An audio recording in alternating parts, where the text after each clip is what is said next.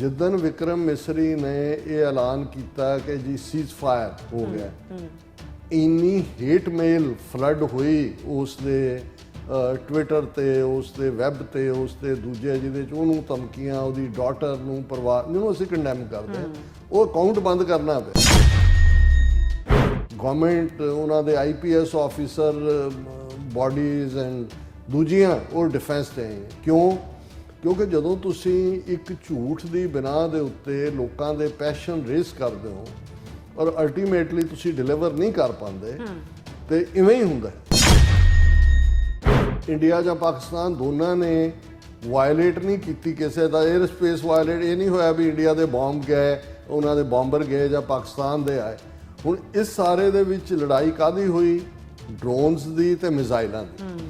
ਹੁਣ ਉਹਦੇ 'ਚ ਨੁਕਸਾਨ ਕਿਹਦਾ ਹੋਇਆ, ਕੀ ਹੋਇਆ, ਉਹਨੂੰ ਜੇ ਤੁਸੀਂ ਇੰਡੀਆ ਇਹ ਠੀਕ ਹੈ, ਪਾਕਿਸਤਾਨੀ ਵੀ ਪ੍ਰੋਪੇਗੈਂਡਾ ਕਰਦੇ ਨੇ, ਉਹਨਾਂ ਦਾ ਹੱਕ, ਪਰ ਇੰਡੀਆ ਨੇ ਤਾਂ ਸਾਰੀਆਂ ਛੱਤਾਂ ਹੀ ਉਡਾਤੀਆਂ ਪ੍ਰੋਪੇਗੈਂਡਾ ਦੀਆਂ। ਉਹਨਾਂ ਨੇ ਤਾਂ ਅੱਧਾ ਪਾਕਿਸਤਾਨ ਭਾਰਤੀ ਫੌਜ ਨੇ ਕਬਜ਼ੇ 'ਚ ਲੈ ਲਿਆ। ਜੈਟ ਲਾਸ ਇੰਡੀਆ ਦੇ 6 ਜਿਹੜੇ ਨੇ ਹੋਏ, ਉਹਨਾਂ 'ਚ ਰਾਫੇਲ ਨੇ ਔਰ ਦੂਸਰੇ ਨੇ, ਪਾਕਿਸਤਾਨ ਦਾ 0 ਹੈ। ਇਸੇ ਤਰ੍ਹਾਂ 에ਅਰ ਬੇਸ ਇਫੈਕਟਡ, ਇੰਡੀਆ ਦੇ ਵਿੱਚ 11 에ਅਰ ਬੇਸ ਜਿਹੜੇ ਨੇ ਉਹ ਹਿੱਟ ਹੋਏ ਨੇ, ਜਦੋਂ ਕਿ ਪਾਕਿਸਤਾਨ ਦੇ ਵਿੱਚ 3 ਹੋਏ। ਡਰੋਨ ਲਾਸ ਇੰਡੀਆ ਦੇ 553 ਡਰੋਨ ਜਿਹੜੇ ਨੇ ਉਹ ਡਾਊਨ ਕੀਤੇ ਗਏ, ਜਦੋਂ ਕਿ ਪਾਕਿਸਤਾਨ ਦੇ 78। ਸੋਲਜਰ ਲਾਸ ਭਾਰਤ ਦੇ 21 ਫੌਜੀ ਮਰੇ ਨੇ, ਜਦੋਂ ਕਿ ਇੱਧਰ ਪਾਕਿਸਤਾਨ ਦਾ 1 ਹੈ। ਚਾਈਨੀਜ਼ ਵੈਪਨਸ ਦੀ ਜਿਹੜੀ ਸੁਪੀਰੀਅਰਿਟੀ ਹੈ ਉਹ ਵੀ ਪ੍ਰੂਵ ਹੋਈ ਔਰ 72 ਘੰਟੇ ਦੀ ਇਸ ਡਰੋਨ ਔਰ ਮਿਜ਼ਾਈਲ ਫਾਈਟ ਦੇ ਵਿੱਚ ਇੰਡੀਆ ਸਕੇਅਰਲੀ ਮਿਲੀਟੈਰਲੀ ਉਹਨਾਂ ਦਾ ਬਿਲਕੁਲ ਥੱਲਾ ਲੱਗਾ। ਇਜ਼ਰਾਈਲ ਦੀ ਹਮਾਇਤ ਸੀ ਤੇ ਜਾਂ ਦੂਜੀ ਹਮਾਇਤ ਅਫਗਾਨਿਸਤਾਨ ਦੀ ਤਾਲਿਬਾਨ ਸਰਕਾਰ। ਦੁਨੀਆ ਦਾ ਕੋਈ ਮੁਲਕ ਇਨਕਲੂਡਿੰਗ ਰਸ਼ੀਆ ਜਿਹੜਾ ਉਹ ਭਾਰਤ ਦੇ ਨਾਲ ਨਹੀਂ ਆਇਆ।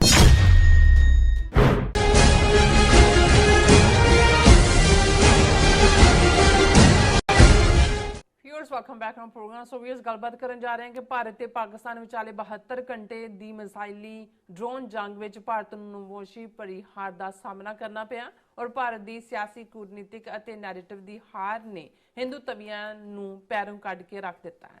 ਸੋ ਇਸ ਬਾਰੇ ਆਪਾਂ ਗੱਲਬਾਤ ਕਰਨ ਜਾ ਰਹੇ ਹਾਂ। ਸੋ ਅਸੀਂ ਚਾਹਾਂਗੇ ਕਿ ਤੁਸੀਂ ਇਸੇ ਤਰ੍ਹਾਂ ਬਣੇ ਰਹਿਣਾ। ਦੇਖਣ, ਸੁਣ ਲਈ, ਲਿਖਣ ਲਈ ਤੁਹਾਡਾ ਸਭ ਦਾ ਬਹੁਤ ਬਹੁਤ ਧੰਨਵਾਦ ਜੀ। ਡਾਕਟਰ ਸਾਹਿਬ, ਕੀ ਵਿਚਾਰਾਂ ਨੇ? ਦੇਖੋ, ਵੈਸੇ ਜਦੋਂ ਵੀ ਕੋਈ ਮਿਲਟਰੀ ਕਨਫਲਿਕਟ ਹੋ ਕੇ ਹਟਦਾ ਹੈ ਤੇ ਉਸ ਦਾ ਪੋਸਟਮਾਰਟਮ ਕੀਤਾ ਜਾਂਦਾ ਹੈ। ਜ਼ਾਹਰ ਹੈ ਕਿ ਭਾਈ ਦੋਨੋਂ ਪਾਸੇ ਕੀ ਸਟਰੈਂਥ ਸੀ, ਕਿਹਨੇ ਕੀ ਖੱਟਿਆ, ਕੀ ਗਵਾਇਆ। ਹਾਲਾਂ ਜਿਸ ਨੂੰ ਇਹਨਾਂ ਨੇ ਆਪਰੇਸ਼ਨ ਸੰਧੂਰ ਦਾ ਨਾਂ ਦਿੱਤਾ ਹੈ ਔਰ ਠੀਕ ਕੁਝ ਸਿੱਖ ਐਕਟਿਵਿਸਟ ਨੇ ਪੁੱਛਿਆ ਕਿ ਵੀ ਜਿਹੜੇ ਤੁਹਾਨੂੰ ਇੰਨਾ ਹੀ ਇਸ ਗੱਲ ਦਾ ਸੀ ਕਿ ਜੀ ਜਿਹੜੀਆਂ ਬੇਵਾ ਹੋ ਗਈਆਂ, ਵਿਧਵਾ ਹੋ ਗਈਆਂ, ਉਹਨਾਂ ਦੇ ਸੰਧੂਰ ਉਜੜ ਗਏ, ਤੁਸੀਂ ਉਹਨਾਂ ਦੀ ਮੰਗ 'ਚ ਬਾਕੀਆਂ ਦਾ ਖੂਨ ਡੋਲ ਕੇ ਸੰਧੂਰ ਭਰਨਾ ਹੈ। ਇਹ ਤੁਹਾਨੂੰ ਸੰਧੂਰ ਉਦੋਂ ਕਿਉਂ ਨਹੀਂ ਆਇਆ ਜਦੋਂ ਤੁਸੀਂ 35 ਸਿੱਖਾਂ ਦੇ ਮਾਰੇ ਜਾਣ ਨੂੰ ਲਸ਼ਕਰੇ ਤਾਇਬਾ ਦੇ ਖਾਤੇ 'ਚ ਪਾਇਆ ਸੀ, ਜਾਂ ਜਦੋਂ ਥਾਂ ਥਾਂ ਤੇ ਜੋ ਤੁਹਾਡੀਆਂ ਫੌਜਾਂ ਨਾਰਥ ਈਸਟ ਦੇ ਵਿੱਚ ਕਰ ਰਹੀਆਂ ਨੇ, ਜੋ ਉਹਨਾਂ ਨੇ ਪੰਜਾਬ 'ਚ, ਕਸ਼ਮੀਰ 'ਚ ਕੀਤਾ, ਉਹ ਤੁਹਾਨੂੰ ਹਜ਼ਾਰਾਂ ਵਿਧਵਾਵਾਂ ਕਿਉਂ ਨਹੀਂ ਨਜ਼ਰ ਆਈਆਂ? ਜਾਂ ਤੁਹਾਨੂੰ ਆਪਣੀਆਂ ਅੱਖਾਂ ਦੇ ਸਾਹਮਣੇ ਹਜ਼ਾਰਾਂ ਵਿਡੋ ਕਾਲੋਨੀ ਸਿੱਖ ਵਿਧਵਾਵਾਂ ਜਿਨ੍ਹਾਂ ਦਾ ਨਵੰਬਰ 84 ਦੇ ਵਿੱਚ ਜਿਨ੍ਹਾਂ ਦੇ ਪਤੀ, ਪੁੱਤਰ, ਭਰਾ 3-3 ਜਨਰੇਸ਼ਨਾਂ ਮਾਰ ਦਿੱਤੀਆਂ ਗਈਆਂ।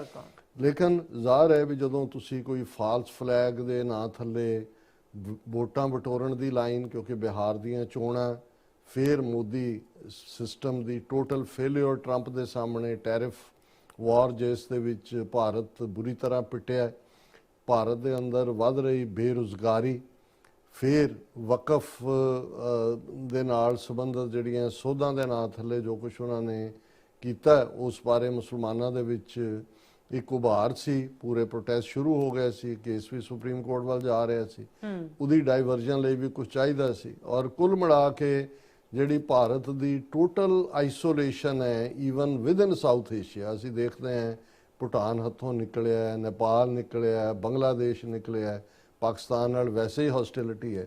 ਔਰ ਹੁਣ ਜੇ ਦੇਖਣਾ ਹੋਏ ਵੀ ਭਾਰਤ ਦੇ ਹਾਕਮਾਂ ਨੇ ਤਾਂ ਇਹ ਜਿਹੜਾ ਪਹਿਲਗਾਮ ਦੇ ਡਰਾਮੇ ਦੇ ਨਾਲ ਬੇਗੁਨਾਹ 24 ਹਿੰਦੂ ਮਾਰ ਕੇ ਜੋ ਕੁਛ ਉਹ ਹਾਸਲ ਕਰਨਾ ਚਾਹੁੰਦੇ ਸੀ, ਉਹ ਤਾਂ ਹਾਸਲ ਕੀ ਹੋਣਾ ਸੀ ਜਿੰਨਾ ਕੁ ਇਹਨਾਂ ਨੇ ਆਪਣੀ ਝੂਠੀ ਸੱਚੀ ਪੈਂਠ ਜਿਹੀ ਬਣਾਈ ਹੋਈ ਸੀ ਫੌਜ ਦੇ ਨਾਂ ਥੱਲੇ, ਰਾਫੇਲ ਜਿਹੜਾ $2-2 ਬਿਲੀਅਨ ਦਾ ਵਿੱਚ ਹੀ ਅੰਬਾਨੀ ਅਡਾਨੀ ਦੇ ਕਮਿਸ਼ਨ ਰੱਖ ਕੇ ਖਰੀਦਿਆ, ਇਹ ਸਾਰੇ ਦੀਆਂ ਉਹ ਧੂੜਾਂ ਪੱਟੀਆਂ ਗਈਆਂ ਕਿ ਤੁਸੀਂ ਇੱਕ ਪਾਸੇ ਤਾਂ ਇਹਨਾਂ ਦੀ, ਔਰ ਕੱਲਾ ਇਹ ਨਹੀਂ ਹੈ ਵੀ ਸਾਰੇ ਨੇ ਕਿਆ, ਜਦੋਂ ਹੁੰਦਾ ਹੈ ਵੀ ਪੋਸਟਮਾਰਟਮ ਦਾ ਹੀ ਹੁੰਦਾ ਨਾ ਕਿਆ ਖੋਇਆ ਕਿਆ ਪਾਇਆ।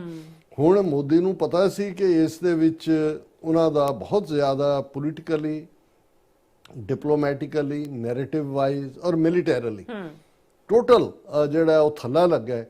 ਇਸ ਲਈ ਉਹਨੇ ਇਹ ਲਾਈਨ ਲਈ। ਉਹਦੀ ਤੁਸੀਂ ਜਦੋਂ ਪ੍ਰੈਜੈਂਟੇਸ਼ਨ ਦੇਖਦੇ ਹੋ ਟੈਲੀਪ੍ਰੋਂਪਟਰ ਤੋਂ ਪੜ੍ਹ ਰਿਹਾ ਤਾਂ ਨਜ਼ਰ ਆ ਰਿਹਾ ਵੀ ਲੱਤਾਂ ਕੰਬ ਰਹੀਆਂ ਨੇ ਉਹ, ਔਰ ਉਸ ਸਾਰੇ ਦੇ ਚੱਲਦੇ ਉਹ ਕਹਿ ਰਿਹਾ ਵੀ we have given a pause to the operation, ਕਿ ਵੀ ਅਸੀਂ ਅਜੇ ਉਹਦੇ ਖਿਲਾਫ ਕਾਰਵਾਈ ਬੰਦ ਨਹੀਂ ਕੀਤੀ। ਹੁਣ ਹਾਲਾਤ ਇਹ ਨੇ ਕਿ ਵੀ ਪੌਜ਼ ਦੇਣ ਤੇ ਤੁਸੀਂ ਕਿਉਂ ਮਜਬੂਰ ਹੋ, ਚਲੋ ਮੰਨ ਲਓ ਪੌਜ਼ ਵੀ ਸਹੀ। ਹੁਣ ਵਿਕਰਮ ਮਿਸ਼ਰੀ ਜਿਹੜਾ ਬੜਾ ਸੀਜ਼ਨਡ ਫੋਰਨ ਅਫੇਅਰਸ ਨਾਲ ਜਿਹੜਾ IFS ਆਫੀਸਰ ਹੈ ਇੰਡੀਆ ਦਾ, 2-3 ਪ੍ਰਾਈਮ ਮਿਨਿਸਟਰਸ ਨਾਲ ਉਹਨੇ ਕੰਮ ਕੀਤਾ ਹੈ।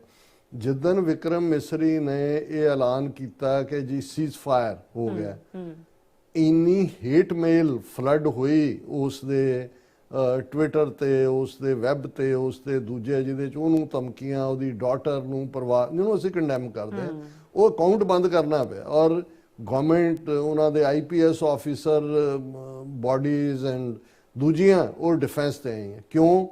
ਕਿਉਂਕਿ ਜਦੋਂ ਤੁਸੀਂ ਇੱਕ ਝੂਠ ਦੀ ਬਿਨਾਂ ਦੇ ਉੱਤੇ ਲੋਕਾਂ ਦੇ ਪੈਸ਼ਨ ਰੇਸ ਕਰਦੇ ਹੋ ਔਰ ਅਲਟੀਮੇਟਲੀ ਤੁਸੀਂ ਡਿਲੀਵਰ ਨਹੀਂ ਕਰ ਪਾਉਂਦੇ, ਤੇ ਇਵੇਂ ਹੀ ਹੁੰਦਾ ਹੈ। ਔਰ ਗੱਲ ਇਹ ਨਹੀਂ ਹੈ ਵੀ ਹਕੂਮਤ ਫੇਲ ਹੋਈ, ਉਹਨਾਂ ਦੇ ਵੱਡੇ ਜਿਨ੍ਹਾਂ ਨੂੰ ਗੋਦੀ ਮੀਡੀਆ ਜਾਂ ਦਰਬਾਰੀ ਮੀਡੀਆ ਕਿਹਾ ਜਾਂ ਉਹਨਾਂ ਦੇ ਚੈਨਲ ਟੋਟਲ ਇੱਥੋਂ ਤੱਕ ਉਹਨਾਂ ਦੇ ਮੁੱਖ ਧਾਰਾ ਚੈਨਲਾਂ ਨੇ ਕਿ ਜੀ ਅੱਧਾ ਕਰਾਚੀ ਲੈ ਲਿਆ ਇੰਡੀਅਨ ਆਰਮੀ ਨੇ, ਲਾਹੌਰ ਦੇ ਵਿੱਚ ਪਹੁੰਚ ਗਏ ਨੇ, ਇਸਲਾਮਾਬਾਦ 'ਚ ਇਹ ਹੋ ਰਿਹਾ, ਫੌਜ ਸਾਡੀ ਇੱਥੇ ਉੱਥੇ, ਔਰ ਬਾਅਦ 'ਚ ਕਹਾਣੀ ਹੋਰ ਨਿਕਲਦੀ ਹੈ ਕਿ ਵੀ ਇਹ ਜਿਹੜੀ ਪਹਿਲੀ ਝੜਪ ਸੀ ਜਿਹੜੀ, ਔਰ ਇਹਦੇ 'ਚ ਇੱਕ ਗੱਲ ਦਾ ਧਿਆਨ ਰਿਹਾ ਕਿ ਵੀ ਇਹ ਗਰਾਊਂਡ ਟਰੂਪ ਮੂਵ ਨਹੀਂ ਹੋਏ, ਇੰਡੀਆ ਜਾਂ ਪਾਕਿਸਤਾਨ ਦੋਨਾਂ ਨੇ ਵਾਇਲੇਟ ਨਹੀਂ ਕੀਤੀ ਕਿਸੇ ਦਾ 에ਅਰ ਸਪੇਸ ਵਾਇਲੇਟ। ਇਹ ਨਹੀਂ ਹੋਇਆ ਵੀ ਇੰਡੀਆ ਦੇ ਬੰਬ ਗਏ, ਉਹਨਾਂ ਦੇ ਬੰਬਰ ਗਏ ਜਾਂ ਪਾਕਿਸਤਾਨ ਦੇ ਆਏ।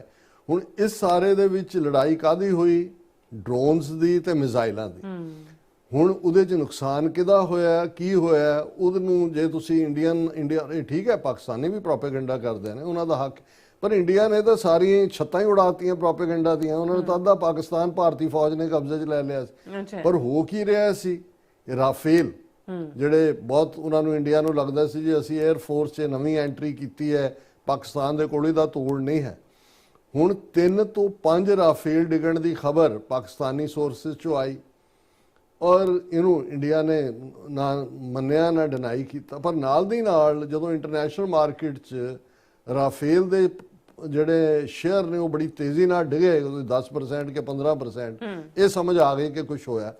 ਫਿਰ ਜਿਹੜੇ ਉਹਨਾਂ ਦੇ ਸੀਟ ਅਰੇਂਜਮੈਂਟ ਹੁੰਦਾ ਹੈ ਕਿ ਪਾਇਲਟ ਐਗਜ਼ਿਟ ਹੋਏ ਕਿ ਦੂਜਾ ਹੋਏ ਕਿ ਕੀ ਹੋਏ, ਉਹਦੀਆਂ ਡਿਟੇਲਸ ਵੀ ਸਾਹਮਣੇ ਆਇਆ ਕਿ ਵੀ ਰਾਫੇਲ ਲੂਜ਼ ਹੋਇਆ। ਹੁਣ ਇਹ ਇੱਕ ਜਿਹੜੀ ਹੈ ਉਹ ਮਿਸਟਰੀ ਹੈ ਕਿ ਵੀ ਉਹ 3 ਨੇ 5 ਨੇ ਦੂਜੇ ਨੇ, ਲੇਕਿਨ ਇਸ 'ਚ ਕੋਈ ਸ਼ੱਕ ਨਹੀਂ ਹੈ ਕਿ ਰਾਫੇਲ ਦਾ ਲਾਸ। ਔਰ ਇਸ ਸਾਰੇ ਦੇ ਵਿੱਚ ਹੁਣ ਗੱਲ ਕਰੀ ਇਹ ਨਹੀਂ ਸੀ ਕਿ ਭਾਰਤ ਔਰ ਪਾਕਿਸਤਾਨ ਜਾਂ ਕੋਈ ਪਹਿਲਗਾਮ ਜਾਂ ਉਸ ਦਾ ਕੋਈ ਬਦਲਾ ਜਾਂ ਬਦਲੇ ਦਾ ਅਦਲਾ ਤੇ ਅਦਲੇ ਦਾ ਬਦਲਾ, ਇਹ ਕੁਝ ਚੱਲ ਰਿਹਾ ਸੀ। ਇੱਕ ਟੈਸਟ ਵੀ ਸੀ। ਹੁਣ ਇਸ ਵੇਲੇ ਪਾਕਿਸਤਾਨ ਦੇ ਅਰਸੇਨਾਲ ਦੇ ਵਿੱਚ ਲਗਭਗ 75 ਤੋਂ 80% ਜਿਹੜੇ ਹਥਿਆਰ ਨੇ ਉਹਨਾਂ ਦੀ 에ਅਰ ਫੋਰਸ ਹੋਏਗਾ ਉਹ ਚਾਈਨੀਜ਼ ਆ ਗਏ ਨੇ, ਜਿਹੜਾ ਕਦੇ ਅਮਰੀਕਨ ਹੁੰਦੇ ਸੀ। ਅਮਰੀਕਨ 20-25-30% ਨੇ। ਭਾਰਤ ਦੇ ਅਰਸੇਨਲ 'ਚ ਜਿਹੜੇ ਕਦੇ 70-75% ਰਸ਼ੀਅਨ ਜਾਂ ਦੂਜੇ ਸੀ, 19% ਹੁਣ ਅਮਰੀਕਨ ਆ ਗਏ ਨੇ।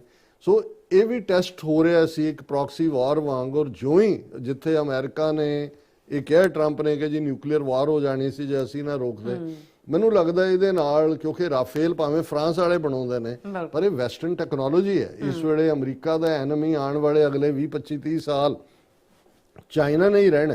ਔਰ ਚਾਈਨਾ ਮੇਡ ਵੈਪਨਸ ਨੇ ਜੋ ਕਾਰਗੁਜ਼ਾਰੀ ਦਿਖਾਈ ਇੰਡੀਆ ਦੇ ਵਿੱਚ ਵੀ, ਉਹਨਾਂ ਨੂੰ ਦੇ ਜੇ ਰਾਫੇਲ ਕੋਈ ਇਧਰ ਤਾਂ ਨਹੀਂ ਡਿਗੇ ਹੈ ਕਿਉਂਕਿ ਇਧਰ ਤਾਂ ਕ੍ਰਾਸ ਹੀ ਨਹੀਂ ਸੀ ਹੋਏ, ਉਧਰ ਡਿਗੇ। ਔਰ ਉਸ ਸਾਰੇ ਨੇ ਜਿਹੜਾ ਭਾਰਤ ਦਾ ਇਸੇ ਤਰ੍ਹਾਂ ਜਦੋਂ ਹੁਣ ਇੰਡੀਆ ਦੇ ਵਿੱਚ ਉਹ ਤੁਰਕੀ ਦੀ ਐਮਬੈਸੀ ਦੇ ਬਾਹਰ ਪ੍ਰੋਟੈਸਟ ਕਰਵਾ ਰਹੇ ਨੇ ਕਿ ਜੀ ਉਹਨੇ ਡਰੋਨ ਦੇ ਦਿੱਤੇ, ਉਹਨਾਂ ਨੇ ਛਾਂ ਕਰਤੀ ਪਾਕਿਸਤਾਨ ਨੇ ਡਰੋਨਾਂ ਦੀ ਇੰਡੀਆ ਦੇ ਉੱਤੇ। ਨਤੀਜਾ ਇਹਨਾਂ ਦਾ ਕਿੰਨਾ ਨੁਕਸਾਨ ਹੋਇਆ ਅਜੇ ਤੱਕ ਬੋਲਣ ਨੂੰ ਤਿਆਰ, ਇਸ ਲਈ ਪੌਜ਼ ਕਹਿ ਰਹੇ ਨੇ। ਪਰ ਇਹਦੇ 'ਚ ਕੋਈ ਸ਼ੱਕ ਨਹੀਂ ਹੈ, ਮੈਂ ਜਿਹੜਾ ਇੰਡੀਆ ਪਾਕਿਸਤਾਨ ਕਨਫਲਿਕਟ ਸਟੈਟਿਸਟਿਕਸ ਜਿਹੜੀ CNN ਰਾਹੀਂ ਸੀ, ਟਰੰਪ ਹੈਲਪਸ ਕਰਵਸ ਇੰਡੀਆਜ਼ ਲਾਸਿਸ, ਉਹਦੇ 'ਚ ਬੜਾ ਕਲੀਅਰਲੀ ਆਇਆ ਕਿ ਜੈਟ ਲਾਸ ਇੰਡੀਆ ਦੇ 6 ਜਿਹੜੇ ਨੇ ਹੋਏ, ਉਹਨਾਂ 'ਚ ਰਾਫੇਲ ਨੇ ਔਰ ਦੂਸਰੇ ਨੇ, ਪਾਕਿਸਤਾਨ ਦਾ 0 ਹੈ। ਇਸੇ ਤਰ੍ਹਾਂ 에ਅਰ ਬੇਸ ਇਫੈਕਟਡ ਇੰਡੀਆ ਦੇ ਵਿੱਚ 11 에ਅਰ ਬੇਸ ਜਿਹੜੇ ਨੇ ਉਹ ਹਿੱਟ ਹੋਏ ਨੇ, ਜਦੋਂ ਕਿ ਪਾਕਿਸਤਾਨ ਦੇ ਵਿੱਚ 3 ਹੋਏ।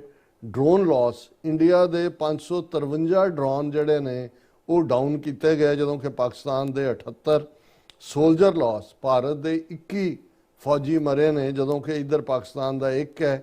ਸਿਵਿਲੀਅਨ ਲਾਸ ਭਾਰਤ ਦੇ ਵਿੱਚ 19, ਹਾਲਾਂਕਿ ਉਹ ਬੇਗੁਨਾਹ, ਉਹਨਾਂ 'ਚ 3-4 ਸਿੱਖ ਵੀ ਨੇ, ਜਦੋਂ ਪਾਕਿਸਤਾਨ ਨੇ ਪੁੰਛ ਟਾਊਨ ਦੇ ਉੱਤੇ ਫਾਇਰਿੰਗ ਕੀਤੀ। ਹਾਲਾਂਕਿ ਇੰਡੀਆ ਨੇ ਉਹਨੂੰ ਬੜਾ ਮਿਸ ਕੇ ਜੀ ਗੁਰਦੁਆਰੇ ਤੇ ਅਟੈਕ ਕੀਤਾ, ਉੱਥੇ ਬਿਲਕੁਲ ਬਾਰਡਰ ਦੇ ਉੱਤੇ ਨੰਗਾਲੀ ਸਾਹਿਬ ਗੁਰਦੁਆਰਾ, ਡੇਰਾ ਨੰਗਾਲੀ ਸਾਹਿਬ, ਮੈਨੂੰ ਵੀ ਦਰਸ਼ਨ ਕਰਨ ਦਾ ਮੌਕਾ ਮਿਲਿਆ ਹੋਇਆ। ਉਹ ਕੋਈ ਵੀ ਫਾਇਰਿੰਗ ਰੇਂਜ ਦੇ ਵਿੱਚ ਹੀ ਆਉਂਦਾ। ਹਾਲਾਂਕਿ ਜਿਹੜੇ 3 ਸਿੱਖਾਂ ਦੀ ਮੌਤ ਪੁੰਛ ਦੇ ਵਿੱਚ ਹੋਈ, ਉਹਨਾਂ ਦੇ ਘਰ ਦੇ ਬਾਹਰ ਹੋਈ, ਪਰ ਉਹਨੂੰ ਪ੍ਰਚਾਰਿਆ ਇਵੇਂ ਗਿਆ ਕਿ ਜੀ ਪਾਕਿਸਤਾਨ ਨੇ ਜਿਹੜਾ ਗੁਰਦੁਆਰੇ ਤੇ ਹਮਲਾ। ਹਾਲਾਂਕਿ ਸ਼ੈਲ ਮਸੀਤ ਨੂੰ ਵੀ ਜਦੋਂ ਸ਼ੈਲਿੰਗ ਹੁੰਦੀ ਆ ਉਦੋਂ ਉੱਥੋਂ ਨਹੀਂ ਦੇਖਦੇ ਵੀ ਗੁਰਦੁਆਰਾ ਮੰਦਰ ਮਸੀਤ ਹੈ, ਗੁਨਾਹ ਹੈ ਜਾਂ ਬੇਗੁਨਾਹ ਹੈ। ਸੋ ਸਿਵਿਲੀਅਨ ਲਾਸ ਜਿਹੜਾ ਇੰਡੀਆ ਦਾ 19 ਹੋਇਆ। ਪਾਕਿਸਤਾਨ ਦੇ ਵਿੱਚ ਜਿਹੜੇ ਇਹਨਾਂ ਨੇ ਆਪਣੇ ਵੱਲੋਂ ਕਿਹਾ ਜੀ ਅਸੀਂ ਹਜ਼ਾਰਾਂ ਜਿਹਾਦੀਆਂ ਦੇ ਟਿਕਾਣੇ ਉਡਾਤੇ, ਮੁਰੀਦ ਕੇ ਉਡਾਤਾ, ਸਿਆਲਕੋਟ ਉਡਾਤਾ, ਬਹਾਵਲਪੁਰ ਉਡਾਤਾ, ਫਲਾਣੇ, ਉਹਨਾਂ ਦੇ ਸਿਰਫ 13 ਜਿਹੜੀ ਹੈ ਡੈਥ ਹੋਈ ਹੈ। ਇਸ ਵਾਰ ਟੈਂਕ ਇਸਤੇਮਾਲ ਨਹੀਂ ਹੋਏ ਔਰ 에ਅਰ ਡਿਫੈਂਸ ਲਾਸ ਜਿਹੜਾ ਹੈ ਉਹ ਇੰਡੀਆ ਦਾ 1 ਹੈ। ਹੁਣ ਇਹ ਜਦੋਂ ਅਸੀਂ ਇਸ ਨੂੰ ਦੇਖਦੇ ਹਾਂ ਮਿਲੀਟੈਰੀਲੀ, ਤੇ ਇਹ ਭਾਰਤ ਦੇ ਲਈ ਇਸ 72 ਘੰਟੇ ਦੀ ਐਤਕੀ ਤਾਂ ਡੌਗ ਫਾਈਟ ਵੀ ਨਹੀਂ ਸੀ। ਬਾਲਾਕੋਟ ਦੇ ਵੇੜੇ ਤਾਂ ਮਿੰਟ ਡੇਢ ਮਿੰਟ ਦਾ ਅਭਿਨੰਦਨ ਨੂੰ ਥੱਲੇ ਉਤਾਰਨਾ, ਉਹਨਾਂ ਦਾ ਮਿਗ ਹੈ, ਉਹਨਾਂ ਦਾ F-16 ਹੈ, ਔਰ ਉਦੋਂ ਇੰਡੀਆ ਨੇ ਕਲੇਮ ਕੀਤਾ ਸੀ ਜੀ ਪਾਕਿਸਤਾਨ ਦੇ F-16 ਇੰਨੇ ਅਸੀਂ ਡਿੱਗੇ। ਉਹ ਅਮਰੀਕਾ ਜਿਹਦੇ F-16 ਨੇ, ਉਹਨਾਂ ਨੇ ਕਿਹਾ ਜੀ ਨਹੀਂ ਬਿਲਕੁਲ ਅਸੀਂ ਤਾਂ ਕਾਊਂਟ ਕੀਤੇ ਨੇ, ਉਨੇ ਹੀ ਨੇ। ਸੋ ਲਾਸ ਉਦੋਂ ਵੀ 에ਅਰ ਫੋਰਸ ਦੇ ਮਾਮਲੇ 'ਚ ਪਾਕਿਸਤਾਨ ਨੇ ਉਦੋਂ ਵੀ ਆਪਣੀ ਜਿਹੜੀ ਹੈ ਸੁਪੀਰੀਅਰਿਟੀ ਪ੍ਰੂਵ ਕੀਤੀ ਸੀ। ਇਸ ਵਾਰ ਤਾਂ ਜਿਹੜੀ ਆ ਉਹਨੂੰ ਕਹੋ ਵੀ ਕਮਾਲ ਹੀ ਹੋ ਗਿਆ, ਕਿਉਂਕਿ ਚਾਈਨੀਜ਼ ਵੈਪਨਸ ਦੀ ਜਿਹੜੀ ਸੁਪੀਰੀਅਰਿਟੀ ਹੈ ਉਹ ਵੀ ਪ੍ਰੂਵ ਹੋਈ ਔਰ 72 ਘੰਟੇ ਦੀ ਇਸ ਡਰੋਨ ਔਰ ਮਿਜ਼ਾਈਲ ਫਾਈਟ ਦੇ ਵਿੱਚ ਇੰਡੀਆ ਸਕੇਅਰਲੀ ਮਿਲੀਟੈਰੀਲੀ ਉਹਨਾਂ ਦਾ ਬਿਲਕੁਲ ਥੱਲਾ ਲੱਗਾ। ਪਰ ਇਹਦੇ ਨਾਲ ਪੋਲੀਟੀਕਲੀ, ਕਿਉਂਕਿ ਜਿਹੜਾ ਨੈਰੇਟਿਵ ਇਹਨਾਂ ਨੇ ਪਹਿਲਗਾਮ ਦੇ ਹਵਾਲੇ ਨਾਲ ਪਾਕਿਸਤਾਨ ਨੂੰ ਦਹਿਸ਼ਤਗਰਦ ਬਣਾਉਣ ਦੀ, ਔਰ ਹੈਰਾਨੀ ਇਸ ਗੱਲ ਦੀ ਹੈ ਵੀ ਸਵਾਏ 2 ਮੁਲਕਾਂ ਦੇ, ਇੱਕ ਤਾਂ ਇਜ਼ਰਾਈਲ ਜਿਹੜਾ ਨੇਤਨਯਾਹੂ ਕਿਲਰ ਜੈਨੋਸਾਈਡ ਕਰਨ ਵਾਲਾ, ਉਹ ਤੇ ਮੋਦੀ ਇੱਕੋ ਹੀ ਸ਼ਕਲਾਂ ਲੱਗਦੀਆਂ ਨੇ। ਇਜ਼ਰਾਈਲ ਦੀ ਹਮਾਇਤ ਸੀ ਤੇ ਜਾਂ ਦੂਜੀ ਹਮਾਇਤ ਅਫਗਾਨਿਸਤਾਨ ਦੀ ਤਾਲਿਬਾਨ ਸਰਕਾਰ ਦੀ। ਦੁਨੀਆ ਦਾ ਕੋਈ ਮੁਲਕ ਇਨਕਲੂਡਿੰਗ ਰਸ਼ੀਆ ਜਿਹੜਾ ਉਹ ਭਾਰਤ ਦੇ ਨਾਲ ਨਹੀਂ ਆਇਆ। ਇਸ ਦੇ ਉਲਟ ਪਾਕਿਸਤਾਨ ਦੇ ਨਾਲ, ਜਿੱਥੇ ਚਾਈਨਾ ਨੇ ਇਮੀਡੀਏਟਲੀ ਖੁੱਲ ਕੇ ਚਾਈਨੀਜ਼ ਦਾ ਵੈਪਨ ਵੀ ਇਸਤੇਮਾਲ ਹੋਇਆ, ਟਰਕੀ ਔਰ ਈਵਨ ਰਸ਼ੀਆ ਨੇ ਕੋਈ ਨੈਗੇਟਿਵ ਲਾਈਨ ਨਹੀਂ ਲਈ। ਇਹ ਅਮਰੀਕਾ ਨੂੰ ਇਹ ਚਾਹੁੰਦੇ, ਕਿਉਂਕਿ ਉਹਦਾ ਵੀ ਇੱਕ ਰੀਜ਼ਨ ਵੀ ਹੈ, ਇਹ ਨਹੀਂ ਹੈ ਕਿ ਵੀ ਕੋਈ ਇੰਡੀਆ, ਰੀਜ਼ਨ ਇਹ ਹੈ ਕਿ ਵੀ ਇਹਨਾਂ ਜੇ ਸਾਨੂੰ ਪਤਾ ਹੈ ਅਸੀਂ ਕਾਮਨ, ਸਾਡੇ ਕੋਲ ਕਿਹੜੇ ਕੋਈ ਉੱਥੇ ਅਸੀਂ ਕੋਈ ਇਨਸਟਰੂਮੈਂਟ ਲਾਏ ਹੋਏ ਨੇ ਕਿ ਵੀ ਇਹ ਫਾਲਸ ਫਲੈਗ ਆਪਰੇਸ਼ਨ ਹੈ। ਮੈਂ ਤਾਂ ਹਮੇਸ਼ਾ ਉਹ ਜਿਹੜਾ ਅਮਰੀਕਾ ਦਾ ਕੁਐਕ ਟੈਸਟ ਕਹਿੰਦੇ ਨੇ ਕਿ ਜੀ ਵਟ ਲੁਕਸ ਲਾਈਕ ਏ ਕੁਐਕ, ਵਾਕਸ ਲਾਈਕ ਏ ਕੁਐਕ, ਮੂਵਸ ਲਾਈਕ, ਜਿਹੜਾ talks like A ਕੁਐਕ is a ਕੁਐਕ, ਹੈ ਨਾ, ਕਿ ਵੀ ਜਿਹੜਾ ਉਸ ਤੋਂ ਹੀ ਅਸੀਂ ਅੰਦਾਜ਼ਾ ਲਾਉਂਦੇ ਹਾਂ ਕਿ ਬਈ ਨਾ duck test, not quack, what looks like a duck, quacks like a duck, walks like a duck is a duck. ਹੁਣ ਉਹਦੀ ਆਵਾਜ਼ ਕੁਐਕ ਕੁਐਕ ਹੁੰਦੀ ਹੈ ਪਰ ਉਹ ਡਕ ਹੈ। ਸਾਡੇ ਕੋਲ ਤਾਂ ਇਹ ਟੈਸਟ ਹੈ।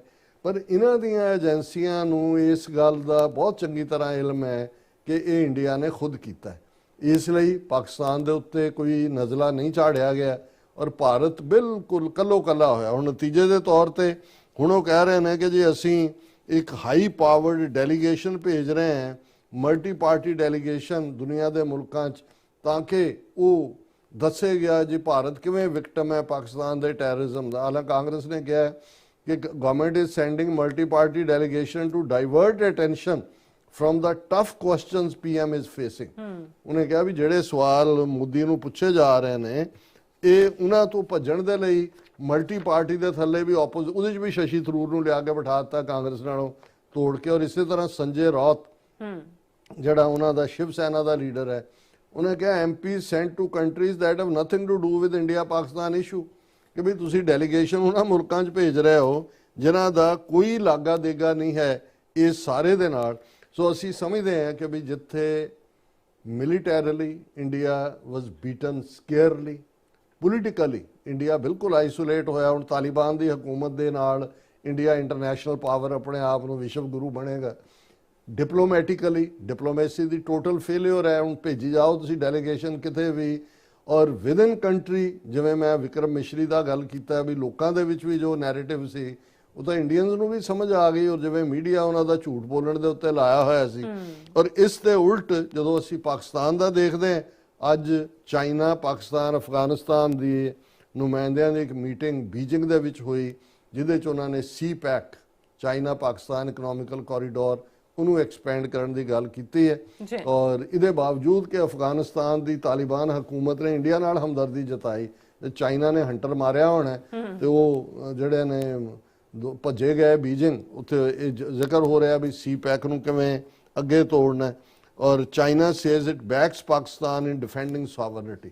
ਚਾਈਨਾ ਨੇ ਇੱਕ ਵਾਰੀ ਫੇਰ ਇਹ ਕਲੀਅਰ ਕਰ ਦਿੱਤਾ ਕਿ ਭਾਈ ਇਸ ਸਾਰੇ ਦੇ ਚੱਲਦੇ ਆ ਅਸੀਂ ਜਿਹੜਾ ਹੈ ਉਹ ਪਾਕਿਸਤਾਨ ਨੂੰ ਹਰ ਹਾਲਤ 'ਚ ਉਹਨਾਂ ਦੀ ਸੋਵਰਨਿਟੀ ਇੰਟੈਗਰਿਟੀ ਨੂੰ ਡਿਫੈਂਡ ਕਰਾਂਗੇ। ਸੋ ਭਾਰਤ ਦੇ ਵਿੱਚ ਸੋਗ ਦੀ ਲਹਿਰ ਹੈ। ਦੂਸਰੇ ਪਾਸੇ ਪਾਕਿਸਤਾਨ ਦੀ ਸ਼ਾਬਾਜ਼ ਸ਼ਰੀਫ ਹਕੂਮਤ ਜਿਹੜੀ ਅਦਰਵਾਈਜ਼ ਪੋਪੂਲਰ ਨਹੀਂ ਸੀ, ਫੌਜ ਨੇ ਜੋ ਕੀਤਾ ਕਾਰਗੁਜ਼ਾਰੀ ਭਾਵੇਂ ਉਹਨਾਂ ਦੀ 에ਅਰ ਫੋਰਸ ਦੀ ਹੈ, ਬਟ ਜ਼ਾਹਰ ਹੈ ਤਿੰਨੋਂ ਫੋਰਸਿਸ ਟੁਗੈਦਰ ਕੰਮ ਕਰਦੀਆਂ, ਉਹਦਾ ਸਿਆਸੀ ਵੀ ਉਹਨਾਂ ਨੇ ਲਾਹਾ ਚੁੱਕਿਆ ਕਿ ਪਾਕਿਸਤਾਨ ਦੇ ਜਿਹੜੇ ਆਰਮੀ ਚੀਫ ਨੇ ਜਨਰਲ ਆਸਮ ਮੁਨੀਰ, ਉਹਨਾਂ ਨੂੰ ਸ਼ਾਬਾਜ਼ ਸ਼ਰੀਫ ਗਵਰਨਮੈਂਟ ਨੇ ਪੱਕੇ ਤੌਰ ਦੇ ਉੱਤੇ ਤੈਅ ਜ਼ਿੰਦਗੀ ਫੀਲਡ ਮਾਰਸ਼ਲ ਦੇ ਅਹੁਦੇ ਦੇ ਨਾਲ ਨਵਾਜਿਆ। ਜਿਵੇਂ ਕਦੇ ਇੰਦਰਾ ਗਾਂਧੀ ਨੇ ਮਾਨਕ ਸ਼ਾਹ ਨੂੰ SFS ਦੇ ਮਾਨਕ ਸ਼ਾਹ ਨੂੰ ਬਣਾਇਆ ਸੀ ਫੀਲਡ ਮਾਰਸ਼ਲ, ਜਾਂ ਜਿਹੜੇ 에ਅਰ ਫੋਰਸ ਦੇ ਚੀਫ ਸੀ ਅਰਜਨ ਸਿੰਘ, ਉਹਨਾਂ ਨੂੰ ਵੀ ਫੀਲਡ ਮਾਰਸ਼ਲ ਦਾ ਦਿੱਤਾ ਗਿਆ ਸੀ। ਸੋ ਹੁਣ ਜਿਹੜੇ ਜਨਰਲ ਆਸਮ ਮੁਨੀਰ ਜਿਹੜੇ ਨੇ ਉਹ ਫੀਲਡ ਮਾਰਸ਼ਲ ਹੋਣਗੇ। ਇਸੇ ਤਰ੍ਹਾਂ ਪਾਕਿਸਤਾਨ 에ਅਰ ਫੋਰਸ ਦੇ ਚੀਫ ਲਾਸਟ ਨੇਮ ਸਿੱਧੂ ਹੈ, ਉਹਨਾਂ ਦੀ ਵੀ ਜਿਹੜੀ ਹੈ ਐਕਸਟੈਂਸ਼ਨ ਕੀਤੀ ਗਈ ਹੈ।